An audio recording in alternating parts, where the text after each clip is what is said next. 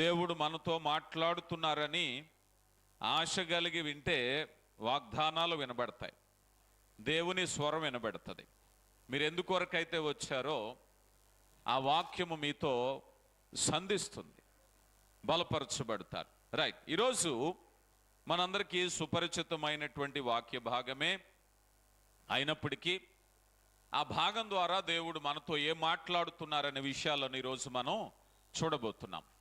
మనం గమనించినట్లయితే సమూయేలు 2వ గ్రంథం 15వ అధ్యాయంలో, నిర్గమాకాండ గ్రంథం 17వ అధ్యాయము 8 నుంచి మనం చూసినట్లయితే 8 నుంచి 16 వచనాల్లో ఇశ్రాయేలు ప్రజల మీద అమాలేకీయులు దాడి చేసిన ఒక సంఘటన మనం చూస్తాం. వారు రెఫీదీములు లోయలోనికి వచ్చినప్పుడు వారికి అక్కడ నీళ్లు లేకపోవటాన్ని బట్టి ఇబ్బంది పడ్డారు. తర్వాత దేవుడు మోషేతో మాట్లాడిన తర్వాత ఆ ప్రాంతంలో నీటిని కనుగొని, సరే అంతవరకు బాగానే ఉంది. అంతకు తర్వాత నడిచి వెళుతూ ఉన్నారు. మనం 17వ అధ్యాయం 1వ వచనంలో సీను అరణ్యములోని ప్రయాణం అయిపోయి రెఫీదీములో దిగిరి, ప్రజలు తమకు త్రాగ నీరు లేనందున అన్నారు. తర్వాత దేవుని కృపను బట్టి ఆ బండ నుంచి మధుర జలాన్ని తాగారు. సరే, అలసట తీర్చబడింది, ఇక ముందుకు వెళ్తున్నారు. 8వ వచనం, తరువాత అమాలేకీయులు వచ్చి రెఫీదీములో ఇశ్రాయేలీలతో యుద్ధము చేయుచుండగా, జాగ్రత్తగా చూడండి, ఇక్కడ ఒక యుద్ధం జరుగుతుంది. యుద్ధం సర్వసాధారణమే, మన జీవితాల్లో కూడా యుద్ధం సర్వసాధారణమే. అనేక సార్లు ఆత్మీయ సంగతులతో పోరాడతాం, అలాగే మనకుండే అవసరాల నిమిత్తం కూడా పోరాటమే అవుతుంది. అయితే ఇక్కడ చెప్పబడినటువంటి యుద్ధానికి వ్యత్యాసం ఏమిటంటే, మీ అందరికీ అర్థమయ్యేలా చెప్పాలి అని అంటే, సాధారణంగా మీకు మంచి ఆదాయం వస్తుంది, చక్కని ఉద్యోగం ఉంది, చక్కని బలం ఉంది, ఏదైనా ఖర్చు వచ్చింది అనుకుందాం, పెద్దగా ఇబ్బంది ఏమి ఉండదు. ఇంకా ఎక్కువ కష్టపడదాం, దేవుడు రెక్కలిచ్చాడు, ఈ నెల జీతం కాకపోతే వచ్చే నెల అప్పు తీర్చుకుందాం, ధైర్యంగా ముందుకు వెళతారు. కానీ ఒకానొక రోజు మీకు ఆదాయం లేని రోజు, కష్టపడలేని రోజు, కష్టమైన రోజు, ఏదైనా ఒక అధికమైన ఖర్చు వచ్చింది అనుకుందాం. అప్పుడు యుద్ధానికి ఇప్పుడు యుద్ధానికి ఎంత వ్యత్యాసం ఉంటుంది? ఒకప్పుడు మీరు చేయి తిరగేసుకోగలరు, ఒకప్పుడు మీరు బలంగా పోరాడగలగరు, ఒకప్పుడు మీ దగ్గర శక్తి ఉంది. కానీ రెఫీదీములో జరిగింది ఏమిటంటే, మార్గాయాసము చేత అలసిన వారిని అన్నారు. ఇశ్రాయేలు ప్రజలు ఒక పొడిబారిన ప్రదేశంలో, ఎడారి ప్రాంతంలో నడుస్తున్నారు. ఎటు చూసినా నీళ్లు లేవు. నేను ఆ ప్రదేశాన్ని సందర్శించాను. నేను ఇజ్రాయేలు ప్రాంతం వెళ్ళినప్పుడు ఆ రెఫీదీములు ప్రాంతం చాలా ఆశ్చర్యంగా ఉంటుంది. చుట్టూ ఎటు చూసినా రాతి కొండలు. మనం అనుకుంటాం ఎడారి ప్రాంతము అని, చాలా తర్జుమాల్లో అరణ్యం అంటారు. ఇక్కడ చూసారా, సీను అరణ్యం అని, అరణ్య ప్రాంతంలో కనిపిస్తుంది. అది మనకి సాధారణంగా అరబ్ కంట్రీస్లో కొన్ని ఏరియాల్లో ఎడారి అనేసరికి ఇసుక కనిపిస్తుంది, ఇసుక తెన్నులు కనబడుతూ ఉంటాయి. కానీ ఇక్కడ చెప్పబడిన దేశాల్లో ఇశ్రాయేలు ప్రజలు 40 ఏళ్ళు ప్రయాణించినటువంటి ప్రాంతం అంతా కూడా చాలా భయంకరమైనటువంటి కఠినమైన ఎత్తైన కొండలు. ఆ ప్రదేశంలో రాళ్లగుట్టలా ఉంటాయి. నడవటానికి చాలా ఇబ్బంది అనిపించింది. దేవా, ఇశ్రాయేలు ప్రజలు ఈ ప్రాంతాల వెంబడి ఎలా నడిచారయ్యా? నేనేదో ఎడారంటే ఎడారు అనుకున్నాను, అలా లేదు. ఇది రాళ్లమయమైనటువంటి పర్వతాలు. ఒక చెట్టు ఉండదు, ఒక మొక్క ఉండదు. ఎవరికైనా ఒమన్ మస్కట్లో పనిచేసిన వాళ్ళకి తెలుస్తుంది.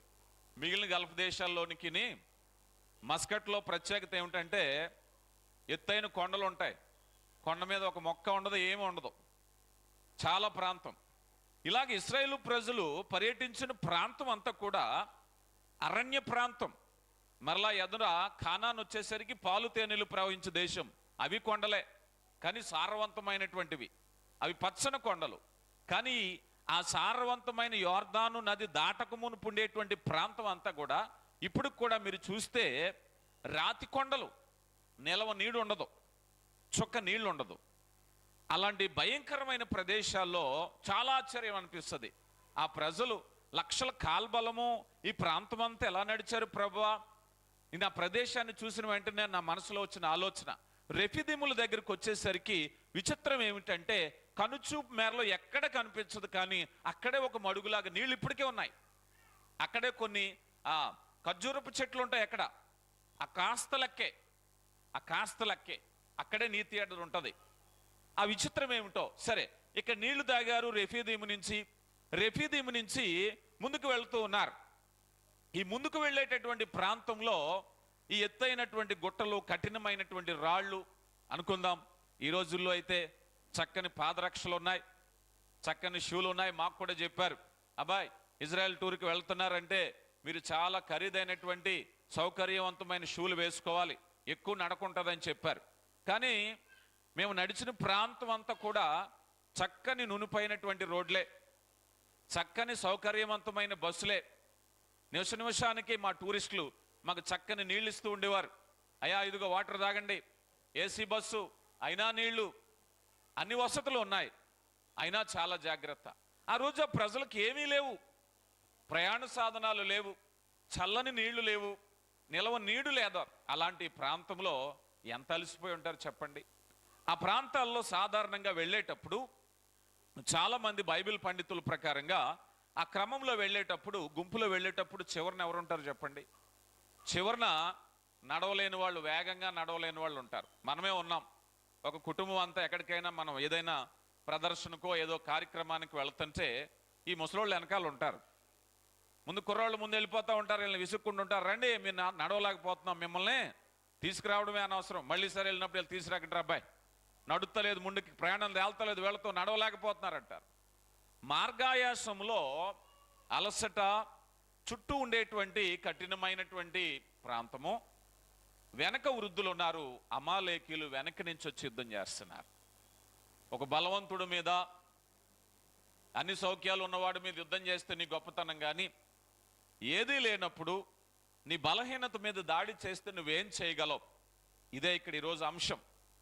నీ ఒకవేళ పోరాడే వయసులో, సంపాదించే వయసులో నీ కష్టం నువ్వు తట్టుకోగలిగావు. ఇప్పుడు సంపాదించే వయసు కాదు, పోరాడగలిగిన వయసులో నీ శక్తితో ఉన్నప్పుడు, నీ మాటను బట్టి ఇదిగో ఎదిరించగలిగిన శక్తి ఉన్నప్పుడు అంతా బాగానే ఉంది. కానీ జీవితంలో మార్గాయాసం అనేటువంటిది ఎప్పుడైతే వచ్చిందో, అలసట ఎప్పుడైతే వచ్చిందో, ఆ సమయంలో ఎదుర్కొనేటువంటి కష్టం ఎలా ఉంటుంది అనేదే ఇక్కడ జరుగుతున్నటువంటి యుద్ధం. చూడండి, నిర్గమాకాండ గ్రంథం 17వ అధ్యాయము 8వ వచనం. తరువాత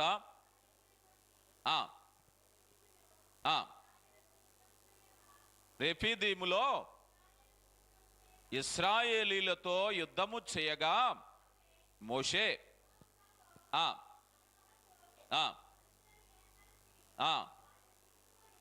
చాలమ్మా. ఇక్కడ చూస్తే మొట్టమొదటి అంశం ఏమిటయ్యా అంటే, ఇశ్రాయేలు ప్రజలు కానాను దేశానికి వెళుతున్నారు, పోరాడుతున్నారు, కష్టపడుతున్నారు.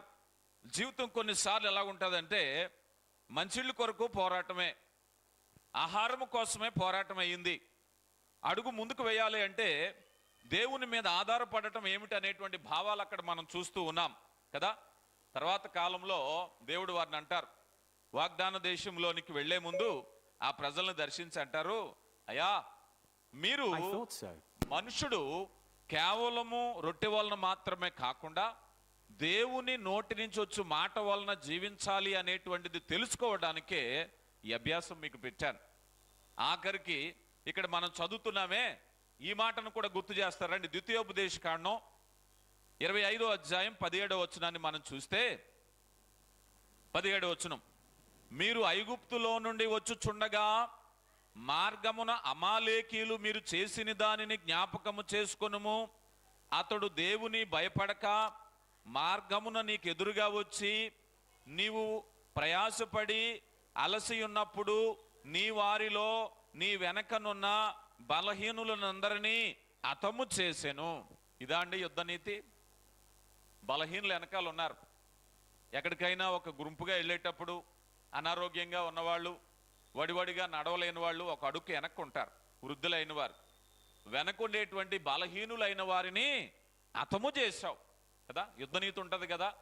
ఈ యుద్ధనీతి అమాలేకీయులకి లేదు. ఎవరి అమాలేకీయులు? యాసావు సంతానం. యాసావు సంతానమే ఈ అమాలేకీయులు. దీన్ని ఏమన్నారయ్యా అంటే పిరికి పంద చర్య. ఏమన్నారు? అపవాది నీ మీద దాడి చేయటానికి మనం అనుకుంటూ ఉంటాం. చాలా మంది జీవితాల్లో బలంగా ఉన్నప్పుడు, శక్తితో ఉన్నప్పుడు ఇలాగే ఉంటుంది జీవితం అనుకుంటారు. కానీ దుష్టుడు నీ బలహీనత కోసం ఎదురు చూస్తూ ఉంటాడు. దాడి చేసేవాడికి తెలుసు నిన్ను ఎప్పుడు దెబ్బ కొడితే నువ్వు మరలా సరిదిద్దుకోగలిగిన సమయంలో కొట్టడు. ఆ దెబ్బకు నువ్వు మరలా తేరుకోకూడదు. అపవాది గర్జించు సింహము వలె ఎవరిని మింగుదునా అని చూస్తూ ఉంటాడు. ఆత్మీయ జీవితాల్లో కూడా అపవాది దాడి చేయటానికి చూస్తూ ఉంటాడు. దాడి చేసేటప్పుడు సమూహంగా మనం ప్రార్థించేటప్పుడు, ఆరాధించేటప్పుడు దాడి చేయడు. ఎప్పుడు చేస్తాడు? నీ ఒంటరితనంలో దాడి చేస్తాడు, నీ బలహీనతలో దాడి చేస్తాడు, నీకు సహాయము రాదు అనుకున్న సమయంలో యామరపాటుగా ఉన్నప్పుడు దాడి చేస్తాడు కదా. అలాగా ఈ యొక్క అమాలేకీయులు చేసినటువంటి ఆ భయంకరమైనటువంటి ఆ దాడి ఎలాంటిదయ్యా అంటే, ఆ దాడి మన బలహీనత మీద అపవాది ప్రదర్శించేటటువంటిది. జాగ్రత్త. ఈరోజు ఎప్పుడైనా విశ్వాసంలో బలహీన పడిపోయావా? స్వపరీక్ష చేసుకో. కొరింథీయులకు రాయబడినటువంటి మొదటి పత్రిక 10వ అధ్యాయం 12వ వచనంలో తాను నిలుచున్నానని తలుచువాడు పడిపోకుండా ఏం చేయాలి? జాగ్రత్త పడాలి. ఏం చేయాలి? పడిపోకుండా జాగ్రత్త పడాలి. పడ్డావా? అపవాది చూస్తున్నాడు. జాగ్రత్త. నువ్వు పరిగెట్టే వ్యక్తిగా ఉండాలి. పోరాడే వ్యక్తిగా ఉండాలి. ప్రార్థించే వ్యక్తిగా ఉండాలి. నువ్వు ఎప్పుడైతే చల్లారిపోయావో, తాను ఎప్పుడైతే పడిపోయాడో అపవాది సిద్ధంగా ఉంటాడు కదా. చాలా మంది జీవితాల్లో శోధనలు వచ్చేటప్పుడు మనకు అనిపిస్తూ ఉంటది. కష్టం వచ్చినప్పుడు, అబ్బాయి ఈ కష్టం ఇప్పుడు వచ్చింది కానీ అదే ఒకప్పుడు వచ్చుంటే ఇది నాకు పెద్ద లెక్కే కాదండి. కానీ ఇప్పుడు లెక్క అయింది. శోధనకు ఉండేటువంటి బలహీనత అదే. నీ బలహీనత మీద దాడి చేయటం.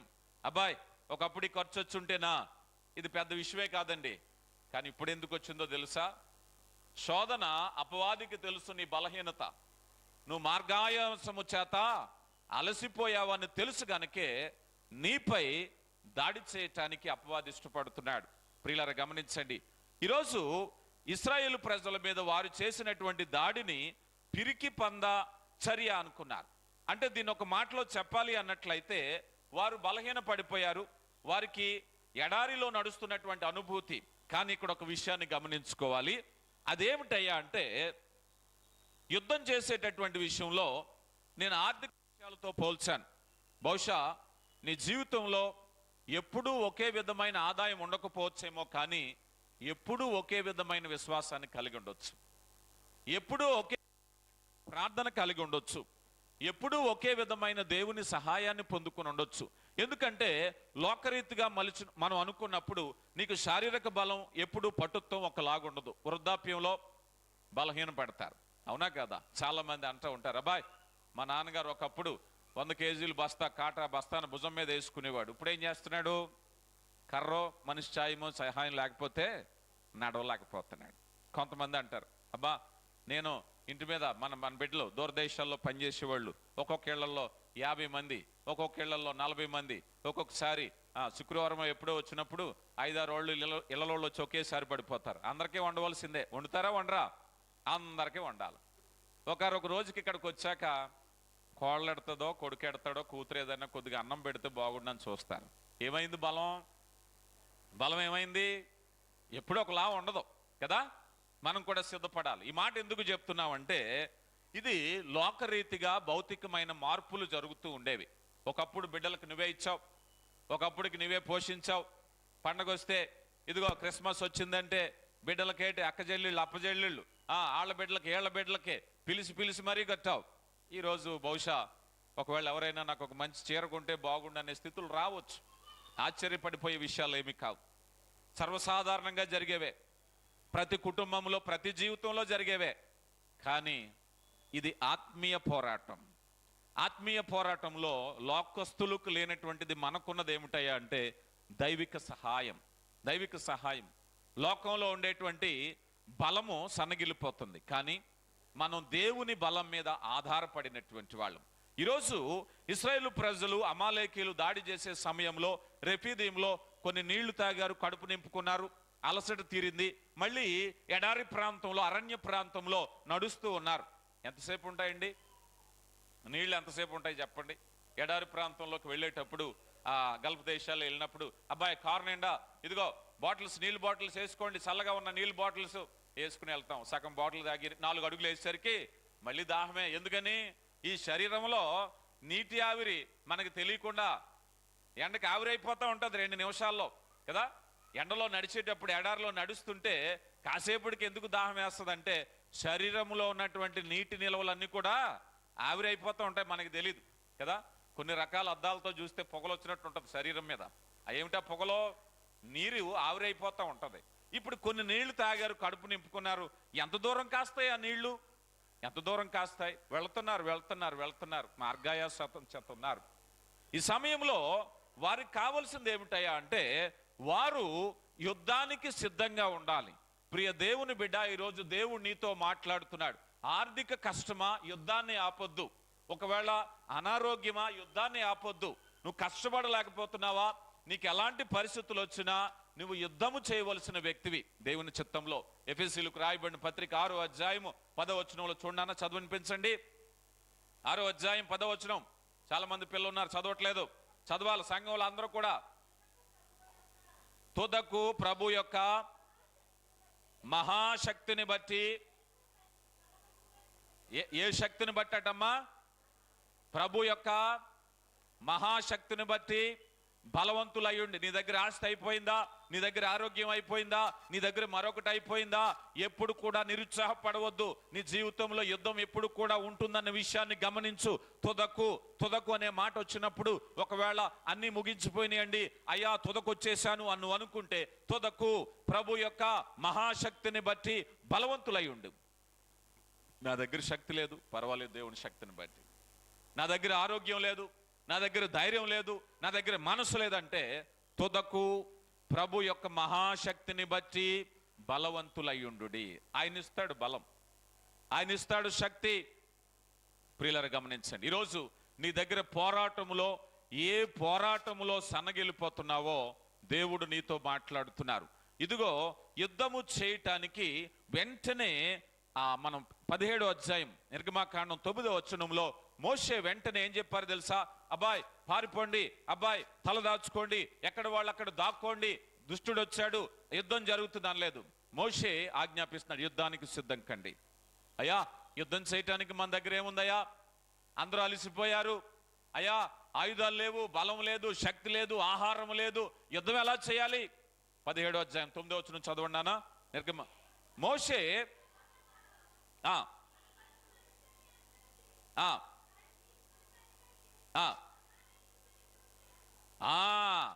అమాలేకీయులతో యుద్ధం ఆపొద్దు అసలు.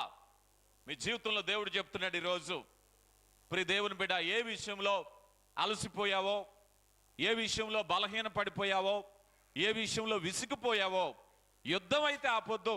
యుద్ధం ఆపొద్దు. నేనేం చేయగలనండి? నోటితో చేసే యుద్ధం కాదు, జగడమాడే యుద్ధం కాదు, కర్రల కత్తులతో చేసే యుద్ధం కాదు. ప్రార్థన అనేటువంటి బలమైన శక్తిని దేవుడిచ్చారు. యెబెకు రేవులో యాకోబు ఇదిగో దేవునితో పెనుగులాడిన రీతిగా, అయ్యా నా సమస్య కొరకు నీ సన్నిధిలో నేను పెనుగులాడుతున్నాను. ఒకప్పుడు ఇలాంటి ఆదాయం నాకు లేకపోయినా ప్రార్థన శక్తి చేత నేను పొందుకోగలుగుతాను. అయ్యా ఒకప్పుడు ఇలాంటి బలం లేకపోయినా, ఒకప్పుడు నడిపింపు లేకపోయినా ప్రార్థన శక్తి చేత నేను బలం పొందుకుంటాను. ప్రార్థన ఆపొద్దు, ప్రార్థన ఆపొద్దు. మీ జీవితంలో యుద్ధం ఆపావా, అపవాది దాడి చేస్తాడు. దేవుడిచ్చే సర్వాంగ కవచాలు ఉన్నాయి.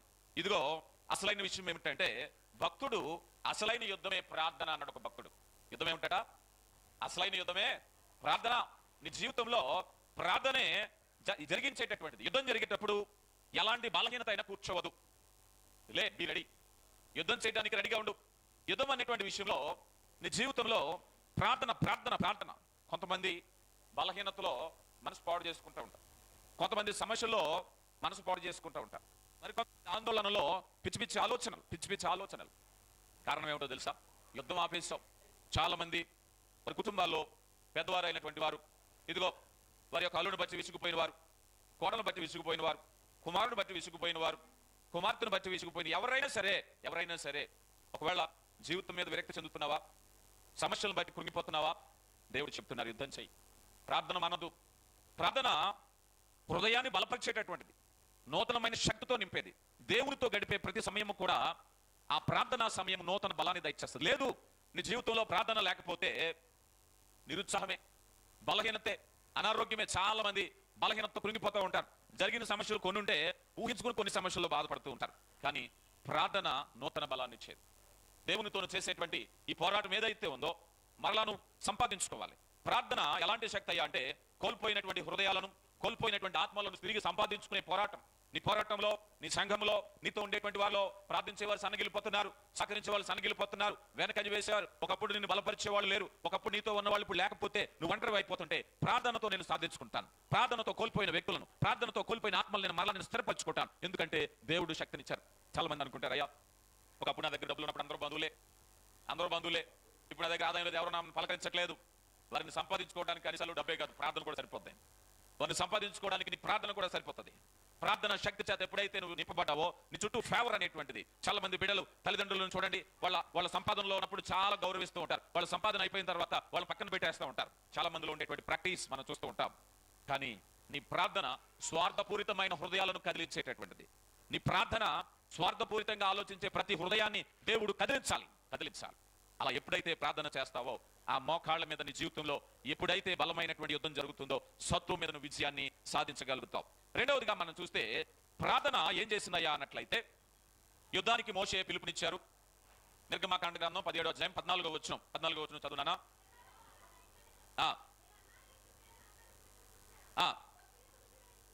అమాలేకీయుల పేరును ఆకాశం కింద ఉండకుండా బొత్తిగా తుడిచివేయదు. రైట్, ఇక్కడ చూడండి, దేవునికి అంత కోపం ఎందుకు వచ్చింది అమాలేకీయుల మీద? అమాలేకీయులు చేసిన పని ఏమిటంటే మార్గాయాసము చేత అలసిన వారి మీద యుద్ధం చేయటమే కాకుండా అసలు ఈ ఇశ్రాయేలీలు అనేవారు లేకుండా చేసేద్దాం అనుకున్నారు. ఏం చేద్దాం అనుకున్నారు? ఇశ్రాయేలు ప్రజలు అనేవారినే లేకుండా చేసేద్దాం అనుకున్నారు. దేవుడు ఊరుకుంటాడా? నిన్ను ఎవరనంటే దేవుడు ఊరుకుంటాడా? నేను ఎవరైనా ఏమనంటే దేవుడు ఊరుకుంటారనుకుంటారా? ఒకవేళ నీ కుటుంబీకులే కావచ్చు, బయట వారే కావచ్చు, నిన్ను నష్టపరచాలని, నిన్ను పాడు చేయాలని, నేను ఒకవేళ లేకుండా చేసేయాలని అనుకున్నారనుకోండి, దేవుడు ఊరుకుంటాడు. దేవుడు ఏమన్నాడు తెలుసా? అసలు ఆ పేరు లేకుండా నేను చేసేస్తాను. అంత కోపం ఎందుకు వచ్చింది? దేవుని బిడ్డలంటే కోపం రాకుండా ఉంటుందా? దేవుని బిడ్డలంటే కోపం రాకుండా నిదానించాలంతే మనం. ఒకవేళ నేను విమర్శించే వారి పట్ల, నేను దూషించే వారి పట్ల, నేను గాయపరిచే వారి పట్ల ఒకసారి నిదానించి ఆలోచిస్తే, నా దేవుడు సజీవుడైన దేవుడు కదా, నన్ను నిన్ను మాట్లాడంటే ఆయన ఊరుకుంటాడా? ఆయన చూడకుండా ఉంటాడా? ఆయన వినకుండా ఉంటాడా? ఖచ్చితంగా వినే దేవుడే, ఖచ్చితంగా చూసే దేవుడే, ఖచ్చితంగా వారికి ప్రతిఫలం దయచేసేటటువంటి దేవుడే. నీ జీవితంలో నువ్వు ఒంటరి కాదు. నువ్వు పోరాడలేవు అనుకుంటున్నావేమో. అమాలేకీయులు అనుకుంటున్నారు, అబ్బాయి వీళ్ళు దేశ సంచారులా తిరుగుతున్నారు, నిలవ నీళ్ళు లేదు, తాగడానికి నీళ్ళు లేవు, వీళ్ళ మన మీద ఏం చేస్తారు. కానీ వారి వెనక దేవుడు ఉన్నాడు. నీ వెనక శక్తివంతుడైన దేవుడు ఉన్నాడు. నీకు ఆరోగ్యం లేదా, ఆదాయం లేదా, మరొకటి లేదా, జన్మ లేరా, జనాంగం లేరా, పర్వాలేదు, నీ వెనక నీ దేవుడు ఉన్నాడు. నీ శక్తి ఏమిటో తెలుసా? ఈ రోజు కూడా యుద్ధం చేయడానికి భయపడుతున్నావేమో. యుద్ధం చేయడానికి నీకున్నటువంటి గొప్ప శక్తి ఏమిటంటే నీ దేవుడే. అపోస్తుడైన పౌలు గారు కూడా అన్నిటిని పెంటగెచ్చుకున్నాక యుద్ధం చేయడానికి వెళ్తున్నాడు. ఆత్మీయ యుద్ధం. అప్పుడు అంటున్నాడు ఆయన, నన్ను బలపరిచిన వాని అందే నేను సమస్తము చేయగలను. ఈరోజు నువ్వు కూడా చేయగలవు. ఎలా చేయగలుగుతావు? నిన్ను బలపరిచిన వాని ద్వారా. నీ సొంత బలంతో కాదు, నీ ఆదాయంతో కాదు. ఆదాయము, బలము అని ఒకరోజు కావురైపోతూ ఉంటాయి. ఏది స్థిరమైనది కాదు. వాక్యం చెప్తుంది, లోకంలో ఉన్నదాన్ని దేనికి కూడా నమ్మద్దయా, అది మోసం. ఏది నికరంగా ఉండేది కాదు. స్నేహితులు వదిలేస్తారు, నమ్మక ద్రోహులు అయిపోతారు, మేలు పొందిన వారు వదిలేస్తారు, ముఖం చాటేస్తారు. ఒకప్పుడు మేలు పొందుకున్నటువంటి వారందరూ కూడా ఆ మేలు పొందుకున్నంతసేపు డబ్బరాయిల్లో పొగుడుతూ ఉంటారు. నువ్వు గొప్ప, నువ్వు రాముడు, దేవుడు, అలాగంటూ ఉంటారు. ఎప్పుడైతే నీ దగ్గర ఆదాయం ఆగిపోయిందో ముఖం చాటే సరే. కానీ వాళ్ళు కాదు నీ బలం. నీ స్నేహితులు నీ బలం కాదు, నిన్ను పొగిడిన వాళ్ళు నీ బలం కాదు. ఇప్పుడైనా తెలుసుకో నీ బలం ఏంటో. నీ బలం ఎవరు? నీ వెనకాల ఉన్న నీ దేవుడే నీ బలం. ఏది కోల్పోయినా సరే నిన్ను బలపరిచేటటువంటి దేవుడు. ఎప్పుడైతే మోషే ఆ మాటను తెలియపరిచారో, అయ్యా యుద్ధానికి సిద్ధపడండి. ఎందుకంటే ఈ మాట తర్వాత కాలంలో ఆ యుద్ధాన్ని గురించి కానాను దేశంలోనికి వెళ్లే ముందు కూడా దేవుడి విషయాన్ని గమనించారు. ఎందుకంటే ఆ ప్రజలు మీకు ఎలాగా కీడు తలపెట్టారో తెలుసుకోండి. మీరు ఎప్పుడైతే అలసట్లో ఉంటారో, ఎప్పుడైతే మీరు బలహీన పడతారో, అపవాది అదునుగా చూసుకుంటాడు కదా. ఈ విషయంలో జాగ్రత్తగా మనం తెలుసుకునేది ఏమిటంటే, నువ్వు నష్టపోయిన వేళ, కోల్పోయిన వేళ బలహీన పడవద్దు. దేవుని యందు ధైర్యం తెచ్చుకో. దేవుని యందు ధైర్యం తెచ్చుకో. ప్రార్థన విడిచిపెట్టొద్దు, దేవుని సహవాసం విడిచిపెట్టొద్దు. ఒకవేళ ఏది విడిచినా కూడా దేవుని యందు నువ్వు బలమైనటువంటి వ్యక్తివి. ఎంత బలంగా నువ్వు ఉన్నావు అని అన్నట్లయితే ఆ బలముతోనే అమాలేకీయులందరినీ కూడా ఒక్కసారిగా తుడిచిపెట్టారు. ఎప్పుడైతే మోషే ఆ మాట అన్నారో, మోషే అన్న వెంటనే అక్కడ ఉన్నటువంటి యెహోషువ మొదలుకుని ప్రజలందరూ కూడా దైవజనుని మాట వింటున్నారు, నాయకుడి మాట వింటున్నారు. ఎవరైనా నాయకుడు? మోషే. మోషే అంటున్నాడు, సమస్యలో యుద్ధం ఏం చేస్తామయ్యా? యుద్ధాన్ని ప్రకటించేశాడు. యుద్ధాన్ని ప్రకటించడానికి సాధారణంగా అనుకుంటాం, యుద్ధాన్ని ఎలా ప్రకటిస్తారండి మీరు? మీ దగ్గర సైన్యం ఉందా? మీ దగ్గర ఆయుధాలు ఉన్నాయా? మీ దగ్గర నేర్పుందా? ఏమీ లేకుండా యుద్ధాన్ని ఎలా ప్రకటిస్తారు? ఆయన ప్రకటించేశాడు యుద్ధాన్ని. ఈరోజు వారు కూడా దేవుని యొక్క ప్రతినిధి అయినటువంటి మోషే మాట దేవుని మాటగా తీసుకున్నారు. అయ్యా నేను పోరాడాలి. ఈరోజు దేవుడు నా ద్వారా కూడా మీతో మాట్లాడుతున్నారు. మీ జీవితంలో పోరాటం ఆపకండి. ఈ మాటలు మీరు తీసుకోండి, ప్రార్థన చేయండి. అయ్యా నేను ఏ విషయంలో నేను కృంగిపోను, నాకు ఏది తక్కువైనా నేను కృంగిపోను, నేను ప్రార్థన చేస్తాను, నేను పోరాడతాను. పోరాటం ఆపవా? నువ్వు చేయా, నా మనసు తిన్నగా ఉండట్లేదు, నా మనసు ధైర్యంగా ఉండట్లేదు, కానీ దేవుడు చెప్తున్నాడు నువ్వు పోరాడవలసిందే, యుద్ధానికి సిద్ధం కావాల్సిందే. నీ చేత దేవుడు బలమైన కార్యాలు జరిగించడానికి సిద్ధపడుతున్నాడు. ఒకవేళ ఇప్పటి వరకు భూమి మీద ఉండేటువంటి వనరులతో నువ్వు పోరాడవేమో, నీకునేటువంటి వనరులతో నువ్వు పోరాడవేమో, ఇప్పుడు నువ్వు దేవుని సహాయం చేత పోరాడవలసిన సమయం వచ్చింది. దేవుని మీద ఆధారపడవలసిన సమయం వచ్చింది. దేవుడు నిన్ను పోషించే సమయం వచ్చింది. దేవుని కార్యాలు నీలో ప్రత్యక్షమయ్యే సమయం వచ్చింది. ఒకనాడు నీ బలంతో, ఒకనాడు నీ ఆదాయంతో చేసినటువంటి గొప్ప పనులు కాదయ్యా, దేవుని సహాయంతో చేయవలసిన సమయం వచ్చింది. ఇదే కదా దేవుడు కోరుకునేటువంటిది. ఇశ్రాయేలు ప్రజలు ఐగుప్తు దేశం నుంచి బయటకు వచ్చారు. ఐగుప్తు దేశం నుంచి బయటకు వచ్చాక అయ్యా వారు నిలవ నీళ్ళ లేదు, తాగడానికి నీళ్ళు లేదు, ఆహారం లేదు, వసతి లేదు. ఎలాగయ్యా? దేవుడు పని చేయాలి. ఇప్పుడు వారిలో ఇశ్రాయేలు ప్రజల పక్షంగా దేవుడు ఆహారాన్ని ఇవ్వాలి, నీళ్ళు ఇవ్వాలి, మన్నా ఇవ్వాలి, కూరేళ్ళు ఇవ్వాలి, అవసరమైతే యుద్ధం కూడా చేయాలి. దేవుడు క్రియలు ప్రత్యక్షమగుటకు, దేవుడి క్రియలు ప్రత్యక్షమవుతున్నాయి. క్రియలు గమనించండి. ఇలా ఎప్పుడైతే పిలుపునిచ్చారో వారందరూ కూడా ఏకీభవించారు. మత్తయి సువార్త 18వ అధ్యాయంలో, ఎక్కడైతే ఇద్దరు ముగ్గురు నా నామమును కూడి ఏకీభవించి ప్రార్థన చేతుల వారి మధ్య నేను ఉంటారా? దేవుడు ఇప్పుడు నీకు దేవుని సన్నిధి కావాలా, భౌతిక వనరులు కావాలంటే దేవునికి మించిన బలం ఎక్కడ ఉంటుంది చెప్పండి? ఇప్పుడు సంఘంగా మనం ఉన్నాం, భీమవరం పట్టణంలో ఇంతమంది బిడ్డలుగా కలిసి పరిశుద్ధుల సమూహంగా మనం కూర్చున్నాం. ఇప్పుడు మనం అందరం కూడా అయ్యా మాకు డబ్బు ఇస్తే సమస్యలు తీరిపోతాయి, మాకు ఇంకొకటి ఇస్తే సమస్యలు తీరిపోతాయని ప్రజలం కాదు. ఇప్పుడు దేవా ఏకీభవించి ప్రార్థన చేస్తున్నాం, అయ్యా మీరు మా మధ్య ఉండే మా సమస్యలు తీరిపోతాయి, మమ్మల్ని బలపరిచే దేవా పరిశుద్ధాత్మ కార్యము చూడాలి, ఆత్మీయ నడిపింపు చూడాలి, విశ్వాసంలో బలపరచబడాలి, ప్రార్థన యోధులుగా లేవనెత్తబడాలి. ఏ సమస్యతో ఇక్కడికి వచ్చినా పరిష్కార మార్గాన్ని దేవుడు బోధిస్తున్నాడు. ఆ సమస్యను ఆయన తీసివేస్తానని చెప్పట్లేదు, కానీ నీ చేత ఆ సమస్యను తొలగిస్తానంటున్నాడు ఆయన.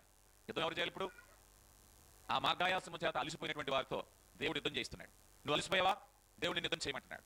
నువ్వు బలహీనపడ్డావా? దేవుడిని యుద్ధం చేయమంటున్నారు. నీతో యుద్ధం జరిగిస్తారు. నువ్వు అనొచ్చయ్యా ఇంతకు ముందు నోపిక లేదు, ఇంతకు ముందు ఆదాయం లేదు, ఇంతకు ముందు తెలివితేటలు లేవు. దేవుడు అంటున్నాడు నీ ద్వారా యుద్ధం చేస్తాడు ఆయన. నీ ద్వారానే అయ్యా ఇశ్రాయేలు ప్రజలారా వాళ్ళు వచ్చి ఇదిగో కష్టంతో మీ మీద దాడి చేశారు కనుక మీరు కాసేపు కూర్చోండి, నేను సమారణ దూతను పంపిస్తాను అనట్లేదు. పంపించే సమయంలో పంపించాడు ఆయన, ఇక్కడ పంపించట్లేదు. ఇక్కడ ఏం కావాలి? బలహీన వ్యక్తిగా నువ్వు పోరాడాలి, నువ్వు అనారోగ్యంలో పోరాడాలి, అప్పుల బాధలో పోరాడాలి, ఆర్థిక సమస్యలో పోరాడాలి, వృద్ధాప్యంలో పోరాడాలి. నువ్వు ఇంకా పోరాడే వ్యక్తిగా దేవుడు ఉంచాలనుకుంటున్నాడు. నీ సమస్యలోనే నీ పోరాటాన్ని దేవుడు లేవన ఏ సమస్యతో నువ్వు ఇక్కడ కూర్చోవో దేవుడు చెప్తున్నారు నిన్ను మరలా పోరాడే యోధుడిగా చేస్తున్నాడు. గిద్యోను ఎక్కడో దాక్కుంటే పరాక్రమము కలిగిన సూర్యుడా అంటున్నారు. ఆయనకు భయం వేసింది. ఏమంటే నా పేరు ఇదండి, నా పేరు పిరికోడు కదండి. నువ్వు పిరికోడు కదా, పరాక్రమం కలిగినటువంటి వాడు. ఈ రోజు నీవు కూడా అయ్యో నాను చేంజ్ జరుగుతుందని ఆర్థిక సమస్యలు వాడే దేవుడు అంటున్నాడు నువ్వు సంపన్నుడివి.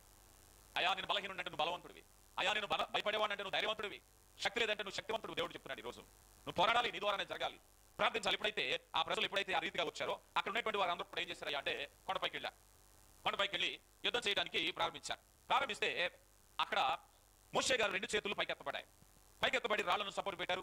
ఆయన చేతులు ఎత్తితే యుద్ధ విజయం అవుతుంది, చేతులు దించేస్తే అపజయం వస్తుంది. వాళ్ళిద్దరు కూడా దెబ్బ మీద పోరాడుతున్నారు. ఇశ్రాయేలు ప్రజలు గెలవాలి అంటే చేతులు ఎత్తబడాలి. ఎత్తబడిన చేతులు ప్రార్థనకు చిహ్నం. తిమోతి పత్రికలో మీ చేతులు ఎత్తి ప్రార్థించాలని ఉంటది. మోషే చేతులు ఎత్తి ప్రార్థిస్తున్నాడు, హృదయపూర్వకంగా ప్రార్థిస్తున్నాడు. చేతులు ఎత్తడం అంటే దేవుని వైపు సహాయం కొరకు ఎదురు చూడటం. అయ్యా నీ సహాయం నాకు కావాలి నాయనా, ఇదిగో నా చెయ్యందుకు నా తండ్రి, నీ కుడి చేతితో నీ బాహు బలముతో నడిపించేదేవా. నీ చేతులు ఎత్తడం అనేది ఇట్స్ సింబాలిక్. ఒకవేళ చేతులు ఎత్తలేకపోవచ్చు. కొంతమంది బలంగా ఉన్న వాళ్ళు చేతులు ఎక్కువ సేపలా పట్టుకుంటారు, కొంతమంది బలహీనంగా ఉన్న వాళ్ళు కాసేపు దింపేస్తారు. అది కదా సమస్య. దేవుని మీద ఆధారపడడానికి నువ్వు ఎదురు చూస్తున్నావా లేదా? దేవుని మీద ఆధారపడేటటువంటి స్థితి. మోషే గారు కూడా ఎక్కువసేపు నిలబెట్టలేరు చేతులు. అక్కడ మళ్ళీ ఆయనకి సపోర్ట్ వెళ్ళారు. అబ్బాయి ఆయన చేతులు దింపేసి అపజయం అవుతుంది, అబ్బాయి పట్టుకుందాం చేతులు, ఆయన చేతులు పైన ఉండాలి, నీ చేతులు పైన ఉండాలి అనగా నీ ప్రార్థన ఉండాలి. నువ్వు ఎప్పుడు ప్రార్థనలో ఉండాలి, నీ జీవితంలో ప్రార్థన ఉండాలి, నీ జీవితంలో విశ్వాసం ఉండాలి, నీ జీవితంలో దేవుని మీద ఆధారపడి ఉండాలి. ఒకవేళ కనుక అయ్యా నా జీవితంలో నీకేమి కనిపించట్లేదండి, అంతా శూన్యంగానే ఉంది, నేను పోరాడలేకపోతున్నాను దేవుడు అంటున్నారు. పోరాడే వ్యక్తిగా దేవుడిని నడిపించాలని ఇష్టపడుతున్నా. పోరాటవా? నేను బలపరచడానికి ఆయన ఇష్టమే, నీకు శక్తిని ఇవ్వడానికి ఆయన ఇష్టపడుతున్నాడు. చూడండి నిర్మాకాండ గ్రంథం 17వ అధ్యాయంలో 19వ వచనం నుంచి మనం చూస్తే 9వ వచనం 9-10 మన కొరకు మనుషులను ఏర్పరిచి అమాలేకుల మీద యుద్ధము చేయదుము. రైట్, ఇప్పుడు ఎక్కడికి వెళ్ళారు? ఇప్పుడు ఏం తీసుకుని వెళ్ళారు? కర్ర తీసుకుని వెళ్ళాడు కదా. మొన్న నేను చెప్పుకున్నాం ఆన్లైన్లో, నిన్న అనుకుంటే ఎంతమంది విన్నారు నాకు తెలియదు, కానీ ఇదే ప్రశ్న, నీ చేతిలో ఉన్నది ఏమిటి కదా. ఈరోజు దేవుడు మనల్ని కూడా అడుగుతున్నాడు, నీ చేతిలో ఏముంది? అయ్యా నా చేతిలో రూపాయి లేదండి, నా చేతిలో బలం లేదండి, నా చేతిలో ఏమీ లేదు. మోషే మనుచున్న పొద దగ్గరికి వెళ్ళి అడుగుతున్నాడు, అయ్యా మోషే నా ప్రజలు ఐగుప్తులో బానిసలుగా ఉన్నారు, వెళ్ళి విడిపించబట్టే నేను సంశయిస్తున్నాడు. దేవుడు అంటున్నాడు, మోషే నీ చేతిలో ఉన్నది ఏమిటి? ఏమున్నాయి చేతిలో? కర్ర ఉంది. ఈ కర్రతో ఏం చేయగలవా? ఈరోజు దేవుడు నేను అడుగుతున్నాడు, నీ చేతిలో ఏముంది? చాలా మంది అంటారు చేతిలో ఏముందని ఇల్లు కట్టాలి, చేతిలో ఏముందని పెళ్లి చేయాలి, చేతిలో ఏముందని నేను చేయగలను. దేవుడు నిన్ను కూడా అడుగుతున్నాడు. ఈ ద్వారా గొప్ప పనులు పెట్టి ఆయన పని చేయించడానికి కాదు. ఒకప్పుడు మోషే రాజదండం కలిగిన వాడు, ఐగుప్తులో రాకుమారుడుగా పెరిగినప్పుడు చేతిలో రాజదండం ఉంది, రాకుమారుడు ఏమైనా చేయగలడు. కానీ రాజదండము కలిగిన మోషే దేవుడికి అక్కర్లేదు. మోషే ఏ స్థితిలో దేవుడు కావాలంటే కేవలము గొర్రెల కాపరిగా ఉండేటువంటి ఆ కర్రతో ఉన్నాడు. ఈ కర్రతో చేయగలవా? దాంతో నేను చేస్తాను. మోషే నీ చేతిలో ఏముందయ్యా? దావీదా నీ చేతిలో ఏముందయ్యా? నా చేతిలో కర్ర ఉంది, నా చేతిలో గులకరాళ్ళు ఉన్నాయి, చాలు యుద్ధం చేయడానికి సరిపోతాయి.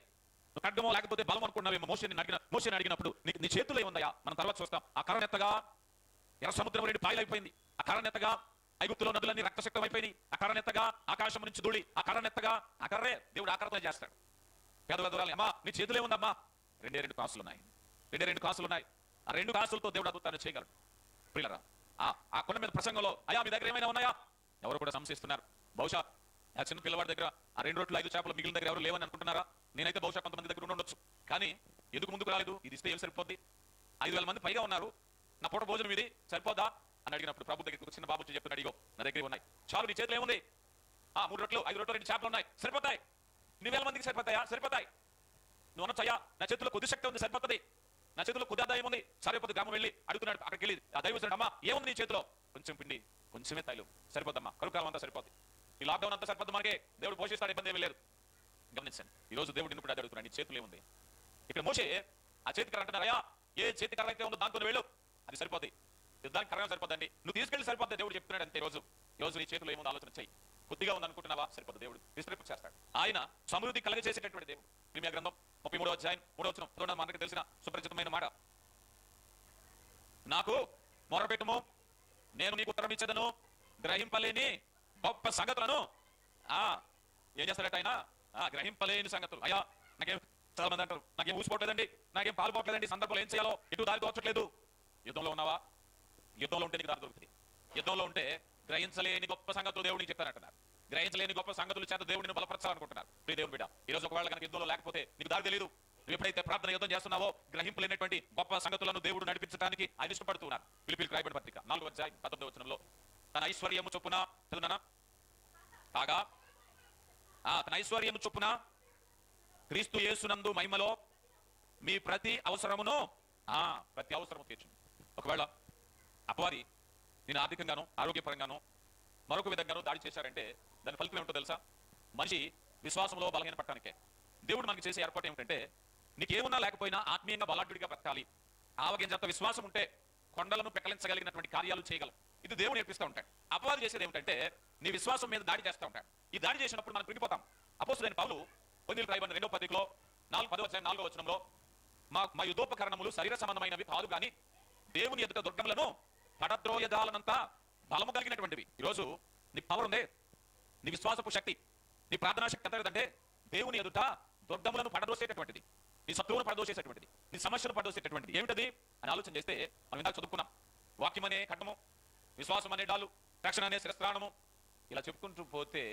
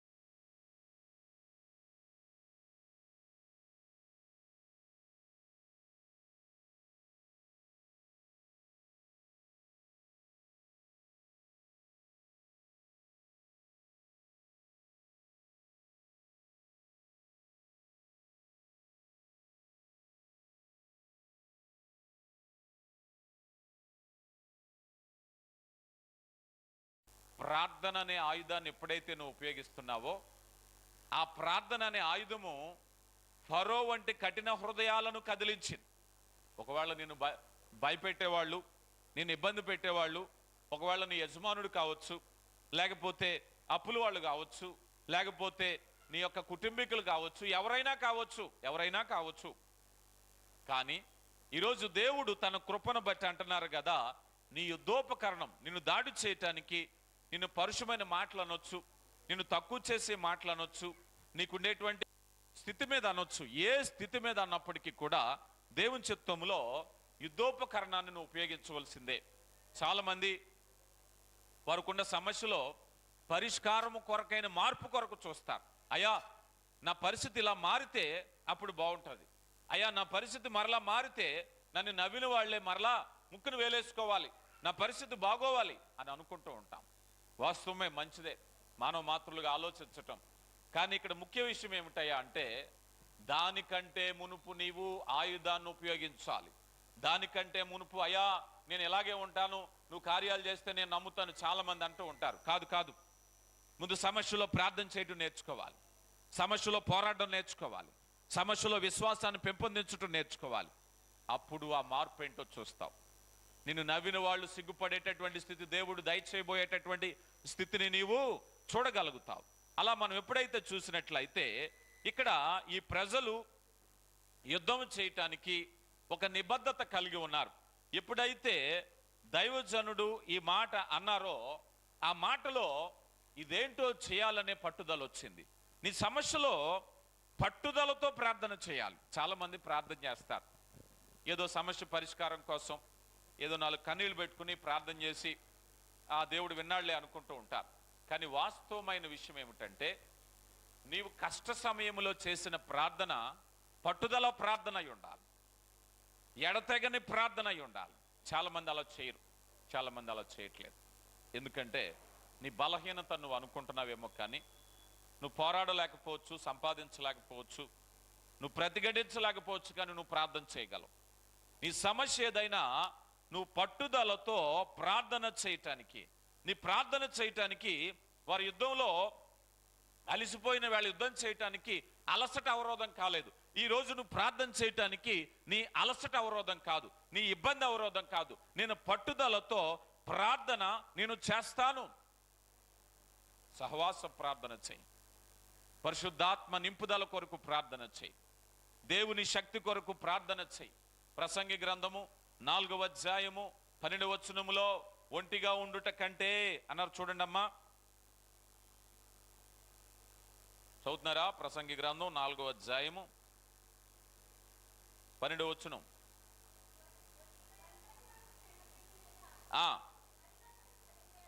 పడిన ఎడలా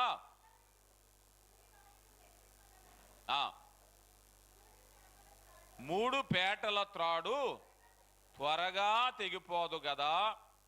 ఏం జరుగుతుందట? నీవు ఇప్పుడు ఒంటరివి కాదు, నీవు సంఘం సహాయం తీసుకో, ప్రార్థనాపరుల సహాయం తీసుకో, లేక నీవు ఒంటరిగా ఉన్నా ఇప్పుడు పరిశుద్ధాత్మ నింపుదల ఉంది, దేవునితో సహాయం ఉంది. నీ ఒంటరివి కాదు, ఇప్పుడు నీ ఒంటరివి కాదు. దేవుని సహాయం చేత నింపబడిన వ్యక్తివి, పరిశుద్ధాత్మ చేత నింపబడిన వ్యక్తివి. ఎప్పుడైతే నువ్వు బలంగా ఉన్నావు, హెబ్రీయులకు రాయబడిన పత్రిక 12వ అధ్యాయం 12వ వచనములో, ఇదిగో సడలిన కాళ్లను బలపరచుడి. ఏం చేయాలట? సడలిన కాళ్లను. ఈ మాటకు అర్థం ఏంటి చెప్పండి? సడలిన కాళ్లను బలపరచండి. చదువునానా హెబ్రీయులకు రాయబడిన పత్రిక. కాబట్టి సడలిన చేతులను, మోకాళ్ళును, చేతులు కూడా బలపరచాలట. ఎవరి చేతులు బలపరచాలి? మన చేతులు మనమే బలపరచుకోవాలి. మనం ప్రార్థనలో అలసిపోయాం, ప్రార్థనలో మోకాళ్ళు సడిలిపోయినాయి, మోకాళ్ళు వేయట్లేదు. మోకాళ్ళను బలపరచండి. మళ్ళీ ఏం చేయాలి? నీ మోకాళ్ళ మీద యుద్ధం చేయాలి. ఇప్పుడు అయా చేతులు ఎత్తి ప్రార్థన చేయట్లేదేమో, సడలిన చేతులు మరలా పైకెత్తి మోసేవాలి, ప్రార్థించాలి.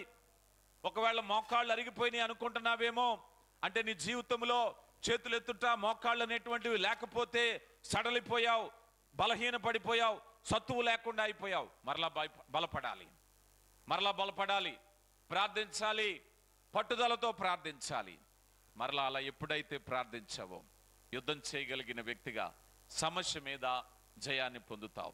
ఇక చివరిగా మనం చూస్తే ఈ ప్రబలమైనటువంటి ప్రార్థన వలన జరిగినటువంటి మార్పు ఏమిటంటే 13వ వచనం నిర్గమకాండ గ్రంథం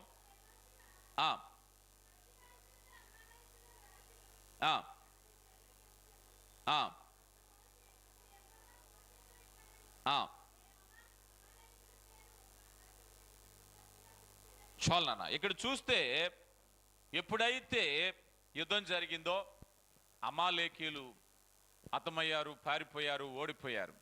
ఇక్కడ జరిగినటువంటి విషయం ఏమిటయ్యా అంటే ఇశ్రాయేలీలు శత్రువు ఓడిపోయాడు. యుద్ధం చేస్తే ఓడిపోతాడు. నువ్వు యుద్ధం చేస్తే నీ శత్రువు ఓడిపోతాడు. నిన్ను బలహీనపరిచేటువంటి శత్రువు ఓడిపోతాడు. కనుక మొదటిగా యుద్ధంలో విజయం సాధించినప్పుడు ఇశ్రాయేలు ప్రజలు తెలుసుకున్నటువంటి ఏకైక మాట ఏమిటో తెలుసా? యెహోవాయే మా రక్షకుడు, యెహోవాయే మా రక్షకుడు. ఆ ప్రజలు ఆ భావంలోనికి రావటానికి ఈ అనుభవం అనేటువంటిది ఒక కారణమై ఉన్నట్టుగా మనం చూస్తూ ఉన్నాం. కనుక ఈరోజు మనం చూసినట్లయితే మన జీవితాల్లో కూడా ఎప్పుడైతే సమస్య పట్టి పీడిస్తుందో, సమస్య నుంచి విడుదలైనప్పుడు విమోచకుడు గుర్తొస్తారు. తర్వాత ఒక బలిపీఠం కట్టారు. మనం 17వ వచనం చూస్తే, తర్వాత మోషే ఒక బలిపీఠము కట్టి దానికి యెహోవా నిస్సి అని పేరు పెట్టెను. ధ్వజం, నిస్సి అంటే ఆయన ధ్వజం, మా బలం. ఎవరి బలం? ఇప్పుడు మా బాహుబలం సన్నగిలిపోవచ్చేమో కానీ ఆయన నిరంతరము నిలిచే దేవుడు. ఆయన బలములో మార్పు లేదు, ఆయన ధ్వజములో మార్పు లేదు. తన ప్రజల కొరకు యుద్ధం చేయటానికి ఎప్పుడూ సిద్ధమే. ఉదాహరణకు అనుకుందాం, ఒక తల్లికి ఒక కుమారుడు కుమార్తె ఉన్నారనుకుందాం. వారి మీద ఎవరైనా దుర్భాషలు ఆడడమో వాళ్ళని కొట్టడానికో వచ్చారనుకోండి. ఆ తల్లో తండ్రో ఊరుకుంటారో చూస్తానే? ఏమంటారు చెప్పండి? ఊరుకుంటారా? ఏం చేస్తారు? జగడానికి వెళ్తారా? వెళ్తారా? ఒక 30 ఏళ్ళు అయినప్పుడు తల్లి తండ్రి యుద్ధం చేస్తారు. ఒక 40 ఏళ్ళు, 50 ఏళ్ళు, 60 ఏళ్ళు వచ్చిన తల్లి తండ్రి ఉన్నారు. వాళ్ళు ఏం చేయలేరు. పిల్లల మీద దాడి చేస్తాకు వచ్చారని ఊరుకుంటారా? ఆ వయసు అయినా సరే ఊరుకోరు కదా వాళ్ళు. అబ్బాయి వృద్ధాప్యం ఉందో మేము ఏం చేయలేమని కూర్చుంటారా? అప్పుడు పోరాడే స్వభావం కలిగిన వారే. నీ పరలోకపు తండ్రి అంతకంటే శక్తి కలిగిన వాడు. మానవ తండ్రి, మానవ తల్లి ఒకవేళ శరీర బలహీన పడొచ్చేమో కానీ నీ పరలోకపు తండ్రికి అదే పౌరుషం. మార్గాయాసము చేత అలిసిన నీ మీద ఎవరైనా దాడి చేస్తే నీ తండ్రి బాధపడతాడు. మిమ్మల్ని గూర్చైనా చింతించుచున్నాడు. ఒకవేళ నీ బలహీనతలో దాడి చేస్తున్నప్పుడు నిన్ను చూసి నీవే జాలి పడుతున్నావేమో, అయ్యో నా బలాన్ని, నా స్థితిని తెలుసుకోకుండా నా మీద దాడి చేస్తున్నారని. దేవుడు అంటున్నాడు, మార్గాయాసము చేత బలహీనపడి ఉన్నప్పుడు నిన్ను విడిచిపెట్టను, నీతో యుద్ధం చేస్తాను. ఒకవేళ నీ వెనక వచ్చేవాళ్ళు లేకపోయినా, నీ శత్రువు ప్రబలిపోతున్నా, ఇదిగో వారి మీద ఎంత కోపం వచ్చిందంటే తన ప్రజలను అన్నందుకు వారిని అసలు భూమి మీద లేకుండా చేసేస్తాను. కోపం వచ్చింది. ఈరోజు దేవుడు అదే కోపాన్ని కలిగి ఉన్నాడు. ఈ మీద దేవుని మీద ఆధారపడినట్లయితే, ప్రార్థన అనేటువంటి యుద్ధంలో శక్తితో నువ్వు నింపబడినట్లయితే ఆ ఆశ్చర్యకార్యం ఏమిటో నువ్వు చూడగలవు. దేవుడు తన శక్తి చేత నిన్ను బలపరచునుగాక. ఆమేన్, ఆమేన్. వాక్య ఫలింపు కొరకు ప్రార్థించుకుందాం. శక్తివంతుడా, ప్రేమ కలిగిన దేవా, మీ కృపను బట్టి మీకు మహిమ చెల్లిస్తున్నామయ్యా. నా దేవా, వాక్యం ద్వారా మాట్లాడారయ్యా. మార్గాయాసము చేత అలసినటువంటి ప్రజల మీద అమాలేకీయులు చేసినటువంటి ఆకస్మికమైనటువంటి దాడిని బట్టి, అయా కృంగిపోయినటువంటి స్థితిలో, బలహీన స్థితిలో ఉన్నటువంటి వారిని బట్టి అయా మీరు బలపరిచారు. వారి ద్వారా యుద్ధం జరిగించారు. అయా అమాలేకీయుల మీద దాడి జరిగించటానికి, విజయాన్ని అందించటానికి కృపనిచ్చారు. అవునాయన, మా బ్రతుకులు కూడా నాయన అదే రీతిగా ఉన్నాయి అయ్యా. బలహీన పడిన బ్రతుకులు, మార్గాయాసము చేత అలసిపోయినటువంటి బ్రతుకులు అయా, ప్రతి బ్రతుకులో నాయన మీ కృప చేత నింపమని వేడుకుంటున్నాం. శక్తివంతుడా, ప్రతి బిడ్డను దర్శించండి అయా. మరి సమయంలో బిడ్డల కొరకు ప్రార్థిస్తుంటుండగా ప్రతి బిడ్డను దర్శించండి నా తండ్రి. అయ్యా, ఇదిగో నాయన బలహీన వేళ బలపరిచే దేవా, ఇదిగో నాయన చేతులను సడలించండి అయ్యా, మోకాళ్లను బలపరచండి నా తండ్రి. మేము ప్రార్థించే యోధులుగా ఉండడానికి కృప దయచేయండి అయా. నిరంతరము నాయన మీ కృప చేత బలపట్టకు సహాయము దయచేయండి అయా. ప్రార్థనలో విడువక ప్రార్థించే భాగ్యాన్ని దయచేయండి. మీ కృప వెంబడి కృపను దయచేసి ప్రతి బిడ్డను దర్శించి మీ కృపలో బలపరిచి వాక్యాన్ని మా హృదయాల్లో నీరు కట్టిన తోట వలె ఫలింప చేయమని, మీరే మహిమా ఘనత పొందమని క్రీస్తు నామములో అడిగి వేడుకొనుచున్నాము తండ్రి. ఆమేన్.